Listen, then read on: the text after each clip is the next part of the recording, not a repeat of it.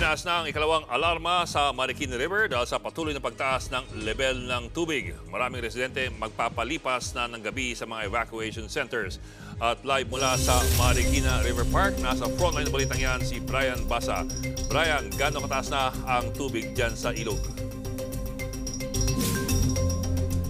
As of 10:20 p.m., umabot na sa 16.6 meters ang antas ng tubig dito sa Marikina River. Kaya sa likuran ko, hindi nyo na makikita yung Marikina River Park. Inabot na ng tubig galing sa ilog yung kalsadang nadadaanan ng mga tao at nadaraanan din ng mga kalsada. Ganito ang itsura ng second alarm sa Marikina River. Ang ibig sabihin yan, hinihikayat ng lumikas ang mga residente.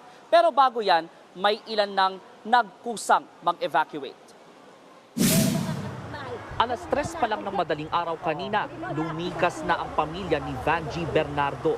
Bahain daw sa kanilang lugar sa Barangay Tumana, lalong tuwing umaapaw ang Marikina River. Kaya ngayong may bagyo, umalis na muna sila. Mahirap na raw mahuli, lalo't may anak siyang bata at yan ang hirap nang makakita. Kasi ayoko na yung maranasan na baka bumaha. Ayoko na yung maranasan na nasa bubong kami. Ayoko na yung kasi yung mga anak ko may phobia na. Habang dumidilim, unti-unting dumarami ang mga pamilya sa evacuation center. Kasama ring lumikas ang mga alagang hayop. Ang pamilya ni Lilibeth Torres mula Barangay Iwahig, hindi nag-aksaya ng panahon nang marinig ang sirena. Tumutulo po lahat. Maanggi na po kasi sira-sira pa po yung bahay ko. Dinig sa buong lungsod kanina ang sirenang yon, hudyat ng unang alarma sa Marikina River. Lumampas na kasi sa 15 metro ang water level sa ilog. Katunayan, umapaw na ito sa Marikina River Park. Ang tubig daw nanggagaling sa matataas na lugar at catch basin lang ang Marikina City. Pakalawak ng sakop ng bagyong Christine. Ito yung kakaibahan tulad dun sa mga nakaraang bagyong dumaan dito. Maring malakas, ngunit nakatutok lamang. May class suspension bukas sa lahat ng antas sa Marikina.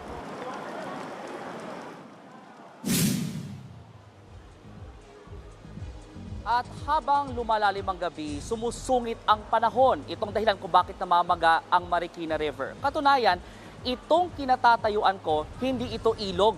Ito yung kalsada sa labas ng Marikina River Park. Inabot na rin ito ng tubig.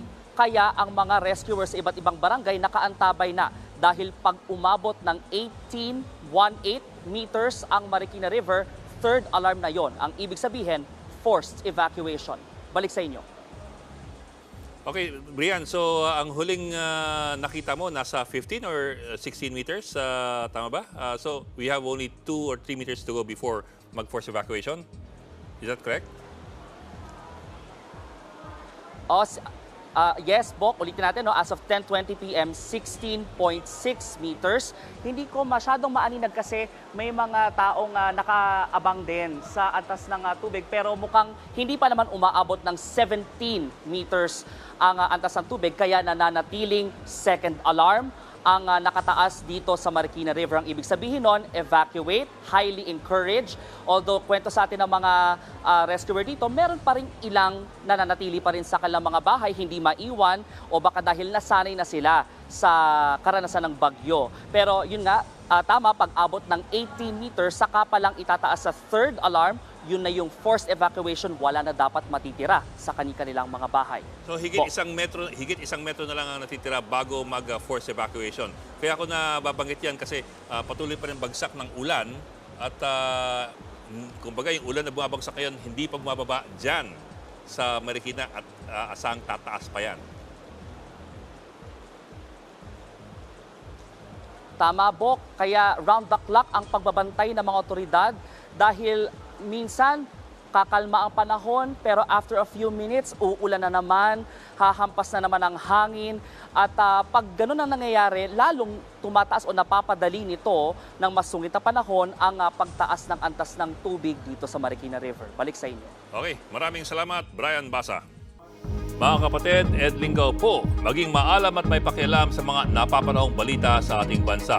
Para sa mas malalimang pagtalakay at paghimay sa mga issue at headlines, tumutok lamang at pag-subscribe sa social media pages ng News 5.